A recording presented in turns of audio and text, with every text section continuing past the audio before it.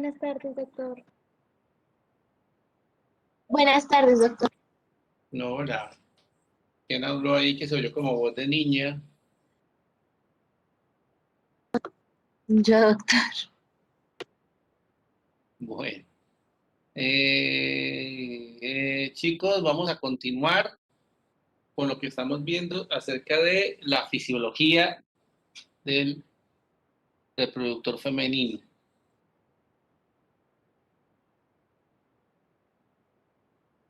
Entonces, buenas tardes a todos, estudiantes de semestre urinario. Bien. Vamos a continuar con lo que habíamos dejado la vez pasada, que era fisiología del reproductor femenino. Espero que les haya ido muy bien en el examen parcial, que no hayan tenido dificultades. Este es un ovario en una vista laparoscópica. Lo vemos allí.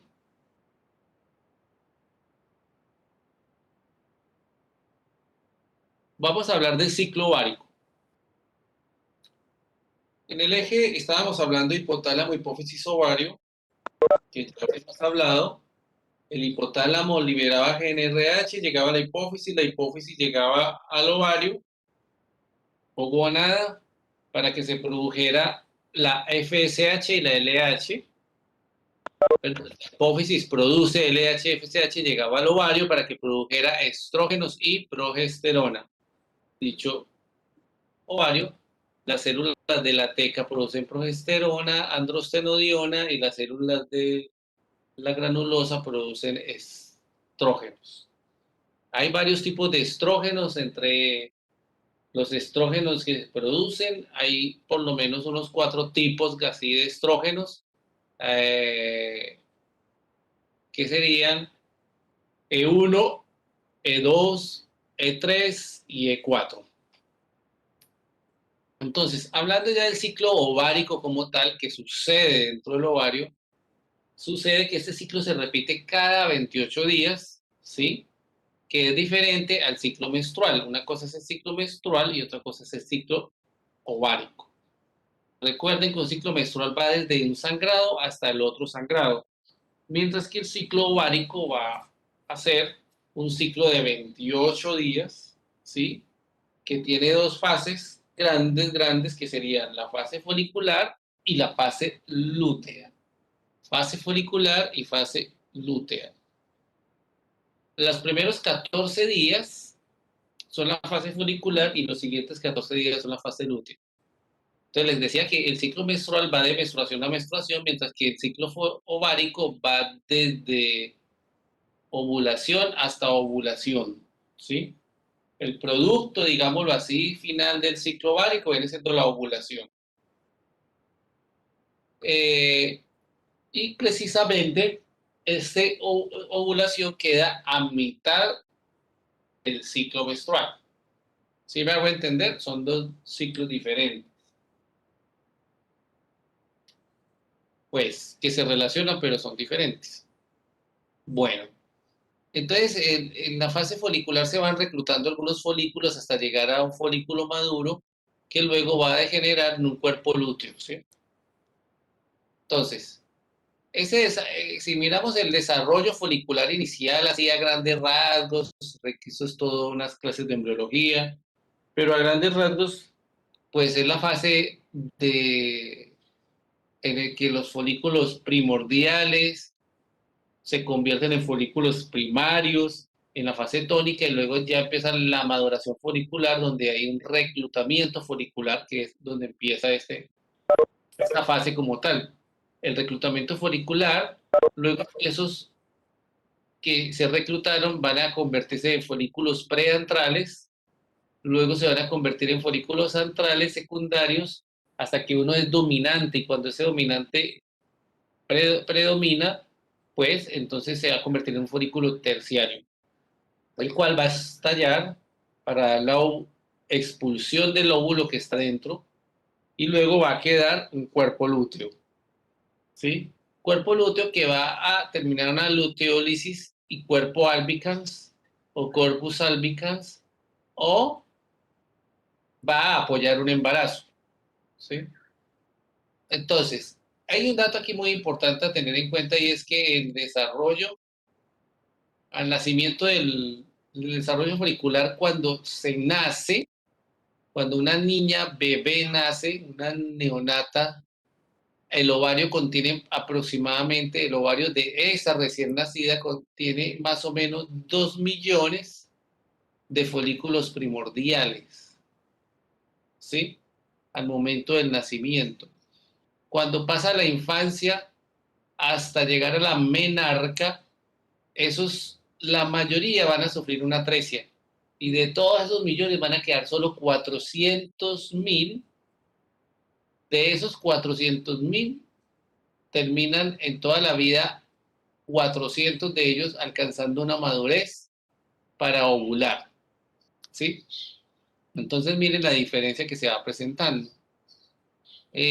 Todos estos que han quedado en la fase de folículo primordial tienen una, un congelamiento, por decirlo así, en una profase de la primera división meiótica, ¿sí?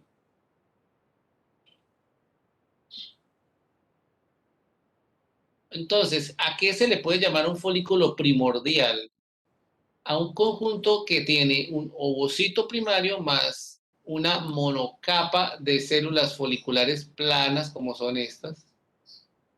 Perdón, un ovocito primario, que es este, ven acá, y tiene unas células foliculares planitas, que son estas de acá, ¿sí? A esto le llamamos un folículo primordial. En esta etapa fetal, todos los ovocitos están en la primera división meiótica, si recuerdan, hasta la pubertad. Luego, el folículo ya no primordial, sino primario, que es de una sola capa unilaminar, eh, tomando 20 a 30 ovocitos, se rodean de un epitelio ya cúbico, ya no es plano. Y el folículo primario, no como el que vimos unilaminar, sino multilaminar, tiene células foliculares que van a proliferar creando muchas capas estromales para que se inicie. Estas son células del estroma y estas son células foliculares y se inicia la formación de la teca. Aparece un folículo secundario en el cual las células foliculares que habíamos dicho por acá, ¿sí?, se convierten en células de la granulosa y forman unos espacios quísticos o antros de líquido, ¿sí?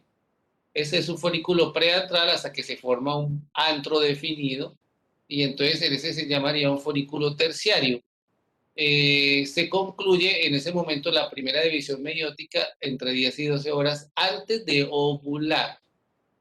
Entonces se ha formado acá todas las células de la granulosa y acá está formada la corona radiada de ese ovocito. Y este que es el antro folicular. Y se han distinguido dos capas de la teca interna, que sería esta, y la teca externa. Entonces el folículo de Graf, digamos que se agranda esa cavidad antral y se va a llenar de mero líquido folicular. Y se va a juntar a la superficie ovárica, lo que va a hacer que ese ovario se torne algo prominente allí en esa partecita y que ocupe un tamaño que a veces es casi la mitad del ovario, ¿sí? Grande, grande, grande. Y tendríamos células de la teca interna, la teca externa, la granulosa, ¿sí? Y ven, aquí están entonces, se completa la división meiótica y comienza pues la meiosis 2 y ya el ovocito secundario que está formado antes, ya no es un ovocito primario, ya es un ovocito secundario con un folículo terciario, pues entonces se va a liberar. ¿Cuáles son las partes que tiene? Entonces, puede llegar a medir hasta 20 milímetros, eso quiere decir más o menos 2 centímetros. Es decir, que estos son visibles completamente, mientras que un folículo primordial puede medir apenas 50 micras. llegar a ser prenatal de 200 micras, 500 y llegar a 20 milímetros. ¿Vale? Entonces tenemos las células de la granulosa, que son todas estas, las células de la granulosa, todas estas, el ovocito, y aquí las células de la teca, afuera. Miren el ovario, el estroma ovárico, y mire la inervación que va ingresando y saliendo, que son los vasos sanguíneos que van al ovario, que ya sabemos quién es la irrigación del ovario.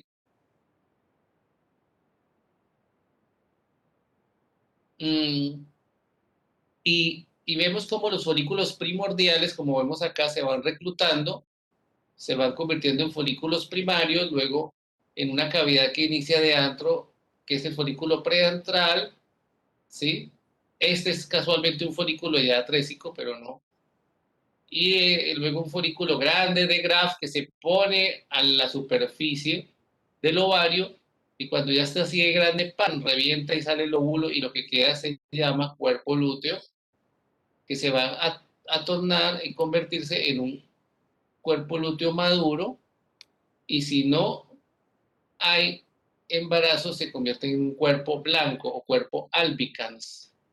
Ya no es cuerpo lúteo, sino cuerpo albicans. Bien. Aquí vemos la etapa que les decía, veríamos.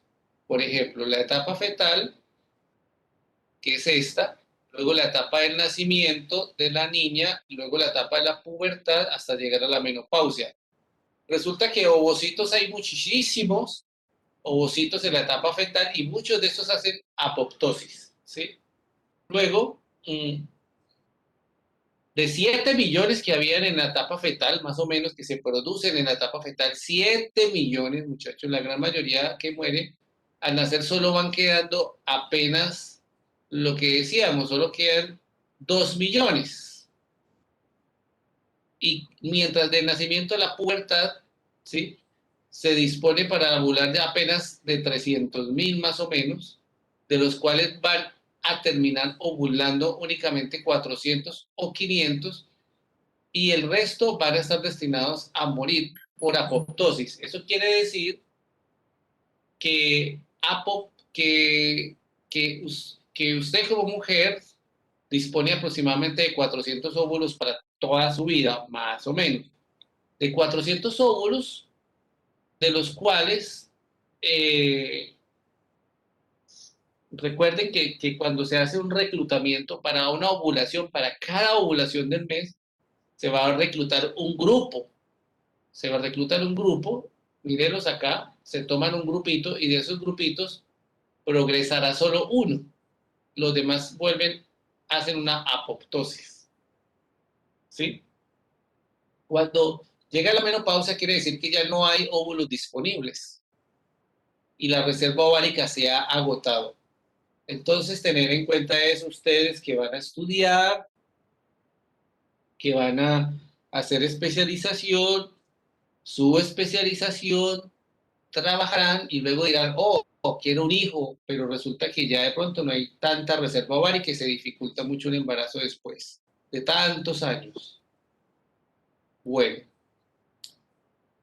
entonces el ciclo ovárico arranca desde la hormona foliculoestimulante, que debe iniciarme la esteroidogénesis. Recuerde que la esteroidogénesis permite la formación de hormonas estrogénicas como son los estrógenos y la progesterona. Esas hormonas son a base de colesterol.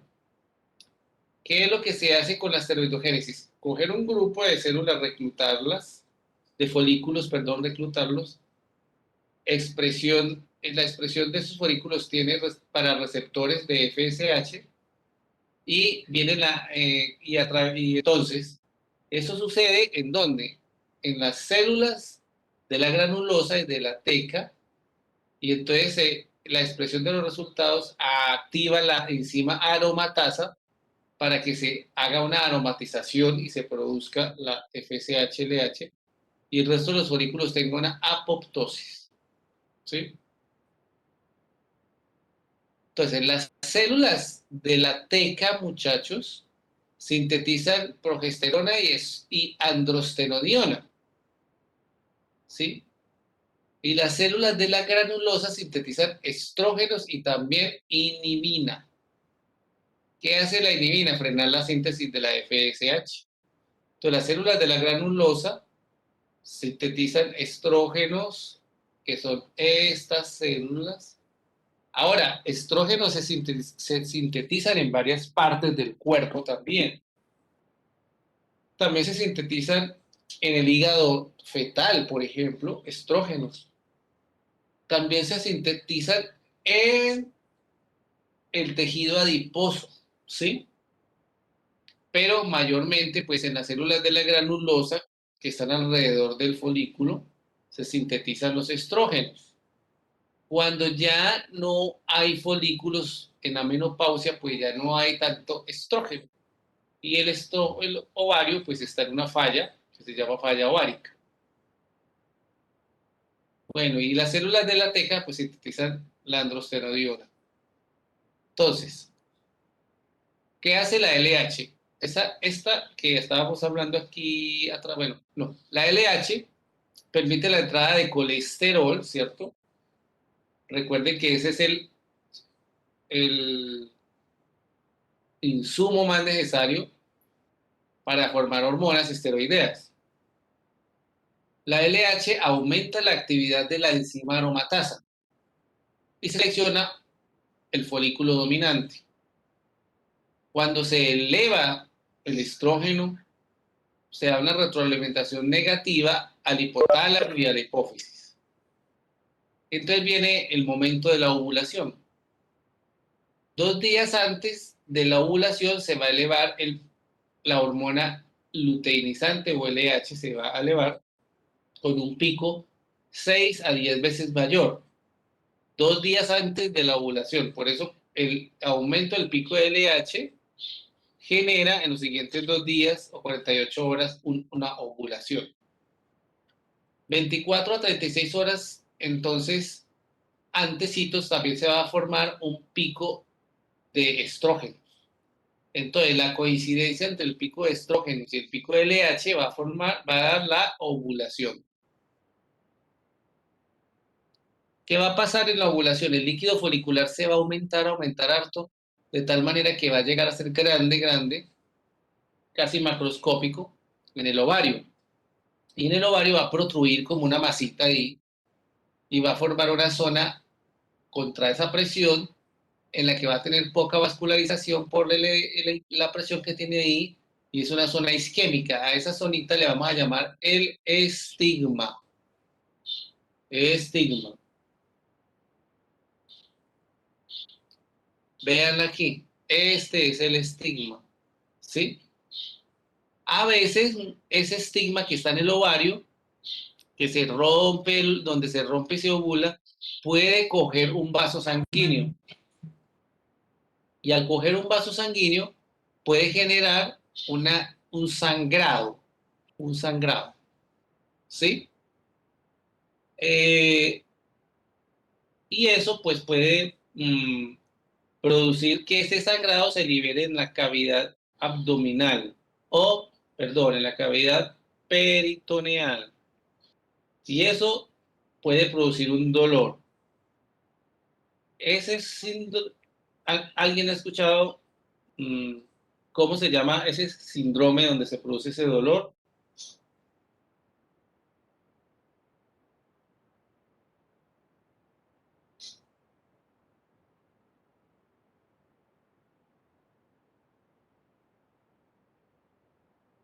Por mi parte, no, doctor. Ajá.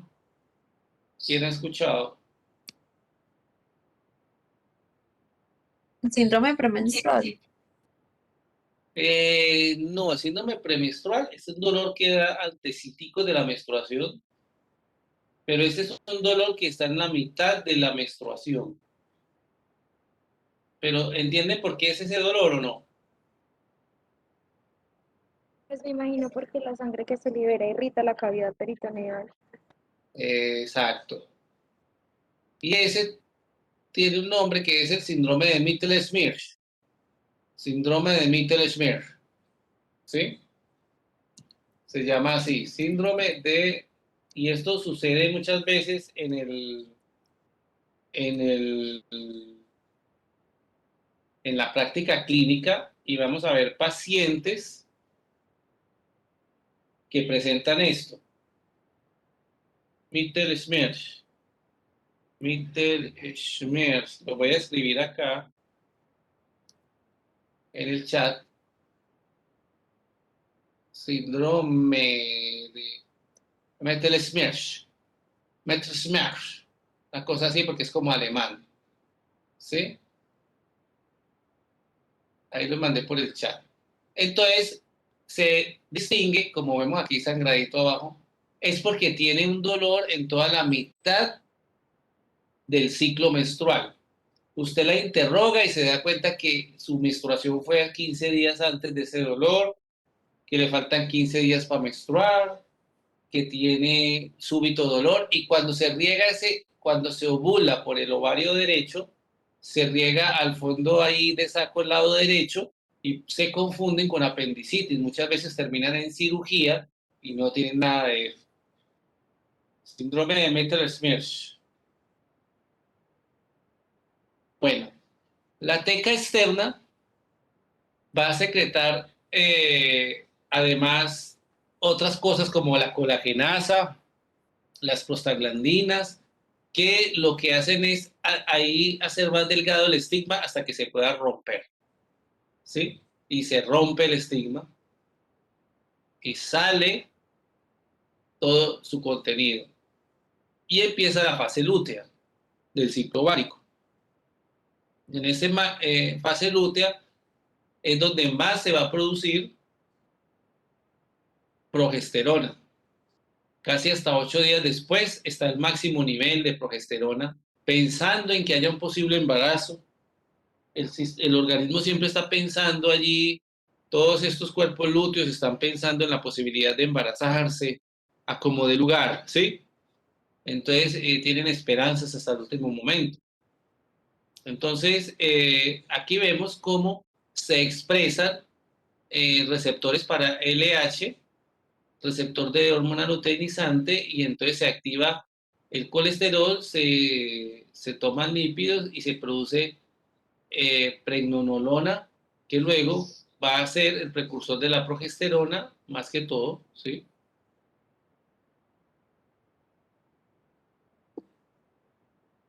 Aquí vemos los picos que de pronto ya vieron por ahí en alguna clase. Este es el momento de la ovulación, que sería en el día 14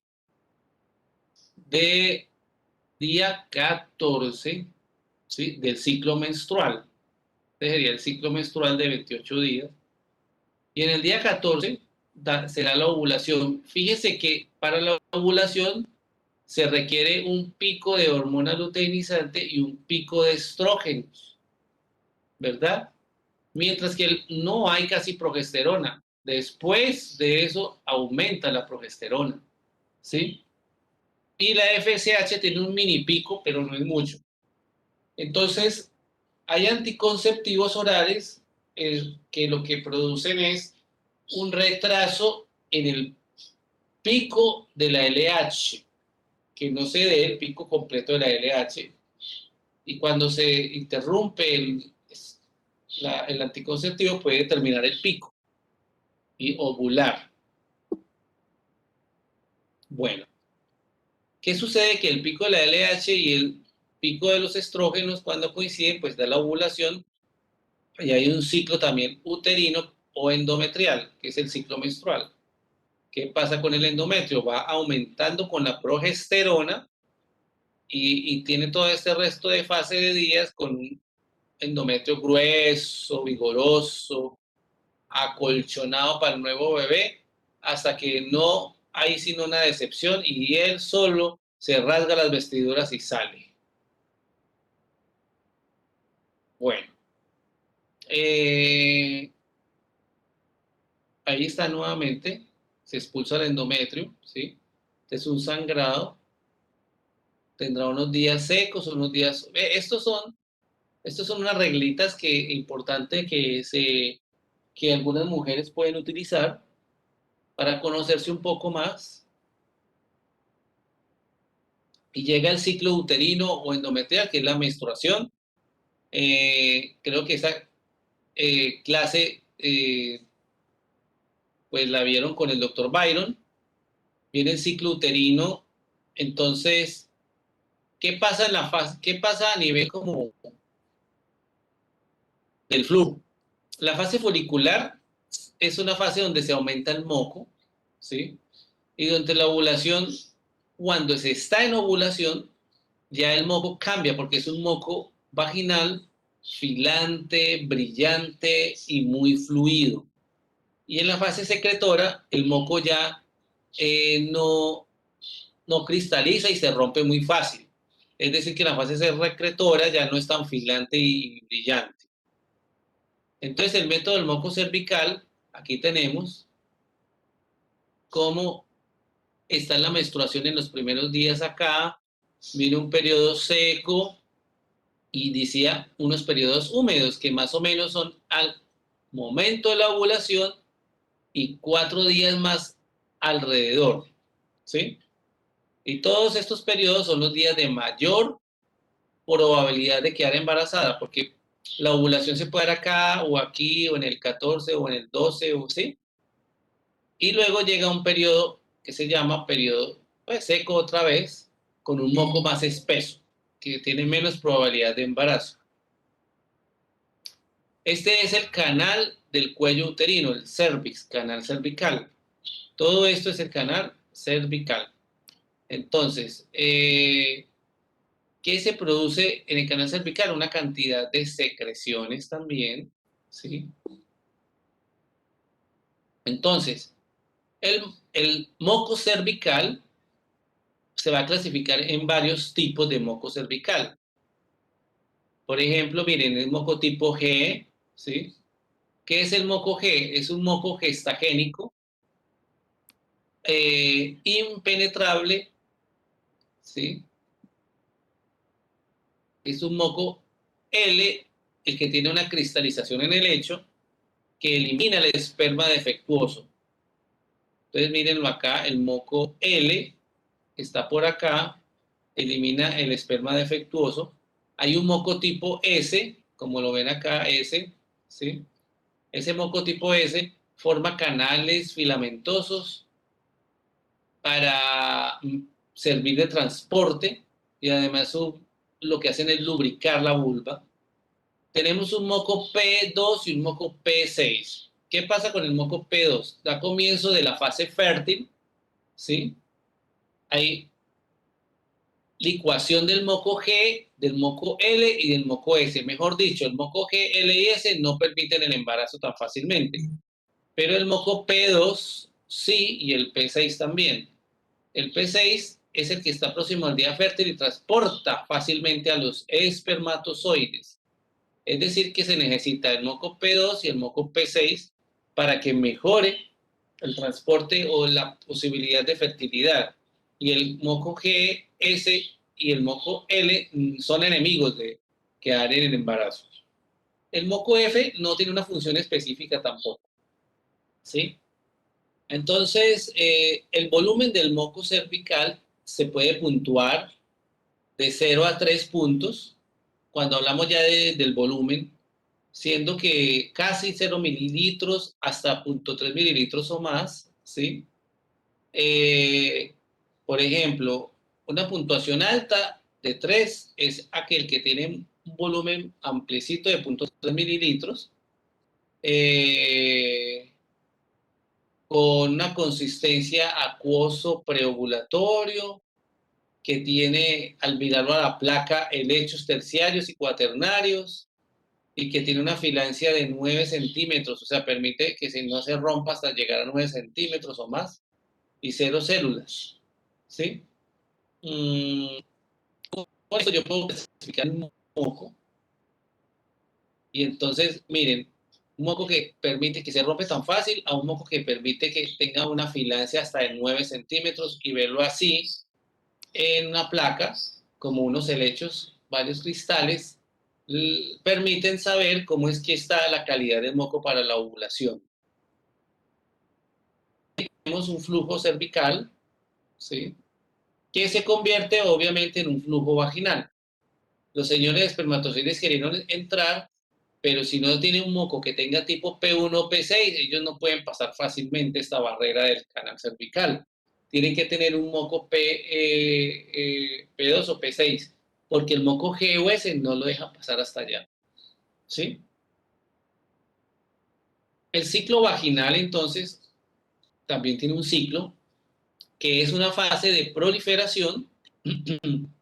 Al aumentar los estrógenos, ¿qué va a haber? Un engrosamiento del epitelio. ¿Sí? Cuando se aumentan los estrógenos, se engruesa el epitelio. Más o menos de pasar de 150 a 300 micras. O sea que la vagina que es en el momento de la ovulación es una vagina más gruesita, ¿sí? Le aparece glucógeno en el citoplasma, pues, y también ya viene una fase de descamación donde se pierde el glucógeno. Esta era la fase de proliferación. Ya cuando hay poco estrógeno, pues hay una fase de descamación. ¿Cómo es el flujo vaginal normal? Pues ya hablando no del flujo cervical, sino del flujo propiamente vaginal, ¿sí? Básicamente, el flujo vaginal recoge fluidos que vienen del mismo epitelio vaginal, también de las glándulas de Bartholin, también de las glándulas de Scale y también, obviamente, de las glándulas arriba, endometriales y del mismo moco cervical que estudiamos ahora. O sea que el flujo vaginal contiene de todo un poquito. ¿Qué composición tiene el flujo vaginal? Primero, pues va a tener glucosa, ¿sí? Va a tener electrolitos, va a tener agua, ¿sí? Eso no va a faltar. Su pH está más o menos menor a 4.5 y tiene una característica, es que tiene lactobacilos. ¿Para qué sirven los lactobacilos? Para inhibir el crecimiento de otras bacterias. Si se acaban los lactobacilos, van a otras bacterias a crecer, ¿sí? Entonces, es por eso que en las infecciones vaginales muchas veces se pueden dar porque otra bacteria predomine, porque casi no hay las bacterias propias de la flora, como son los lactobacilos. Estos lactobacilos, pues básicamente van a permitir los lactobacilos que se dé una adecuada proliferación de flujo y, perdón, que se dé una inhibición del crecimiento de esas otras bacterias, como por ejemplo la Gardnerella, ¿sí? Entonces, el lavarse con ciertos jabones puede cambiar el pH y favorecer la muerte de lactobacilos. ¿Listo? Entonces, los lactobacilos vienen siendo importantes. Bueno, esto que hablamos es lo que tiene que ver, pues básicamente con la fisiología del sistema genital femenino. Bueno, ¿alguna pregunta, muchachos?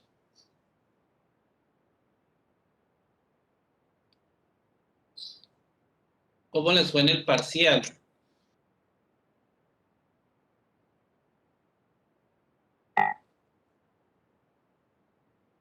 Pues estaba largo, doctor. Estaba larguito. Pero ve cómo les fue con mis preguntas. Cuenten a ver. ¿Y por qué apenas hay 23 nomás? ¿Ustedes son cuántos?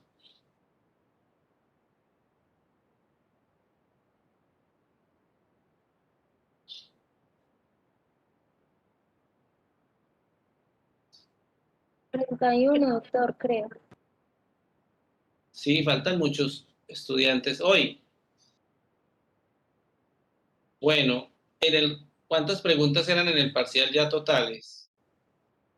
98. ¡Wow! Los mocos que no dejan el paso de espermatozoides son el G, el L y el S.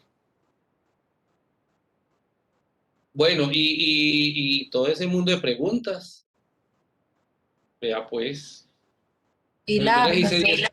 Y el problema, doctor, es que justo para el parcial la conexión de red con Moodle estuvo horrible, entonces Se demoraba mucho en pasar cada página, se demoraba mucho en cargar las preguntas, decía que el cuestionario no había guardado, tocaba volver a reiniciar, entonces digamos que por tiempo, la cantidad de preguntas, el parcial fue caótico. La verdad también era porque era como una cuestión de la plataforma, no sé si ellos estaban haciendo como un cambio hace unos días, de pronto por eso la plataforma estaba muy lenta porque sin importar el estudiante, el internet que tuviera, todos teníamos la plataforma caída y estaba lentísimo. Fue una situación bastante incómoda, la verdad, para presentar un parcial. ¿Cómo así?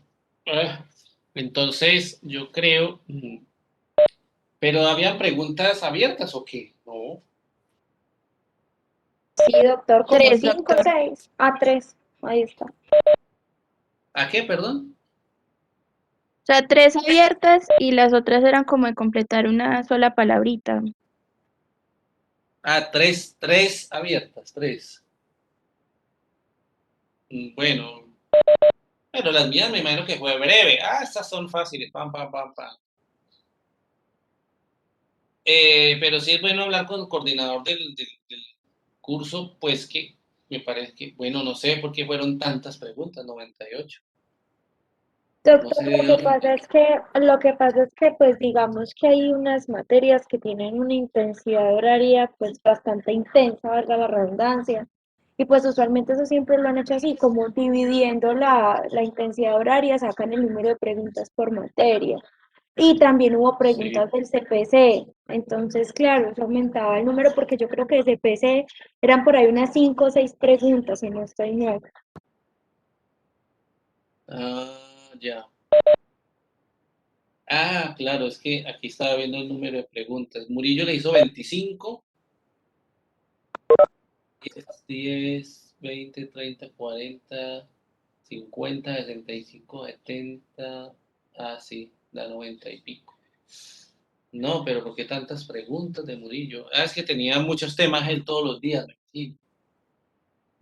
Sí, él tenía trastornos electrolíticos y era prácticamente, eran como 2 días a la semana y cada día pues eran 2 horas y él daba las 2 horas flash completas. Y yo también tengo con ustedes 2 días a la semana, ¿no? Martes y jueves. Pero pues no sé, doctor. Ahí sí, eso siempre ha sido así con el doctor Murillo, siempre, siempre, siempre, siempre. Bueno, esperemos a ver que les haya ido bien. Listo. Bueno, muchachos, entonces ahora lo que nos resta es empezar a hablar de los temas de ginecología. Les iba a decir, bueno, del parcial de anfiteatro. Yo hasta ahora veo que todavía siguen con la restricción en la universidad y con el pico de pandemia tan bravo que hay ahorita. Yo creo que no se va a poder por ahorita. Vamos a hacer una cosa. La otra semana planeamos tipo jueves, yo creo, jueves, a ver si se puede ya entrar a la universidad para hacer el examen o si definitivamente la otra semana pues dicen que no hay, pues que sigue con restricciones. Eso es porque todavía va para larguito, entonces nos ajustamos mejor a hacer el examen de anfiteatro virtual con imágenes. Doctor, ¿Les una parece? pregunta en ese aspecto. Sí, sí. Pues nosotros fue lo que hicimos fue cancelar una práctica que teníamos porque faltaba el segundo grupo, ¿cierto? Yo estoy en ese grupo, entonces quería saber, digamos, los de ese Sí. grupo, cómo nos veríamos afectados, porque no pudimos ver la práctica como tal. No, pues lo que pasa es que, no, lo que pasa es hay una apertura a la universidad, entonces hacemos la práctica de ese grupo y hacemos luego el parcial, enseguida la siguiente semana. Ahora que caigo en cuenta, haríamos la práctica y luego haríamos al siguiente, pues el parcial. ¿Sí, Lenny? Pero, pero ¿y si no hay apertura, entonces hacemos el parcial virtual para todos igual? Para todos igual, para los que iban como para los que no iban. Recuerden que Lo único que dijimos fue que iba a hacer un cambio en la modalidad, en la manera de evaluar, pero no contábamos que pues, la evaluación iba a ser presencial, pero y si no la podemos hacer presencial, pues toca hacerla virtual, porque si no ahí quedamos esperando y quién sabe, o tienen otra idea diferente.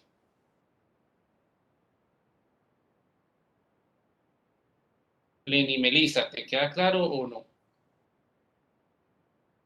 Por mi parte, sí, doctor. Bueno, sí, entonces sería eso, ¿vale? Quedaríamos pendientes con eso entonces, muchachos.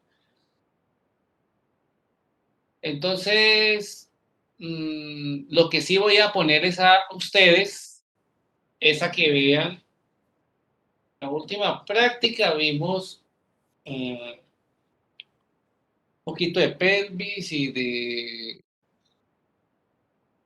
reproductor, pero les voy a poner a ustedes, muchachos, a que vean todos juntos un video de la práctica, de práctica, ¿sí?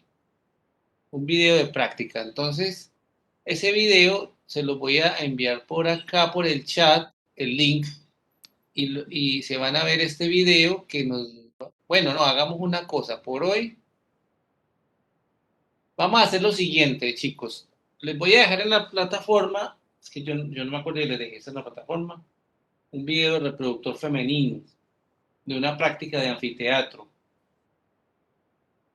Les voy a dejar ese video en la plataforma Moodle mañana y el día jueves en la tarde que tenemos encuentro, se van a poner a ver ese video de reproductor femenino. ¿Listo? Todos, que es de una práctica de reproductor femenino.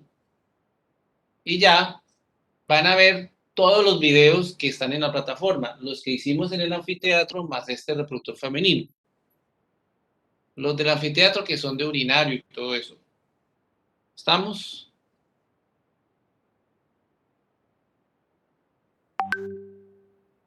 ¿Estamos? Sí, doctor. Bueno, listo, perfecto, muchachos. Entonces, por hoy vamos a dejar ahí. El próximo jueves van a ver ese video y el parcial de anfiteatro será el CIS, dependiendo. Podría ser el jueves de la otra semana. Podría ser el jueves de la otra semana, a menos que abran el anfiteatro y haríamos la práctica que falta y obviamente haríamos con unos el examen presencial y ya haríamos el otro sí virtual. Entonces, el de los otros. Entonces, por ahora, el plan es que para el próximo jueves yo no creo que se levante la restricción de la universidad. Entonces, yo creo que el próximo jueves, no este jueves, sino el siguiente jueves, haríamos el examen de anfiteatro. ¿Listo?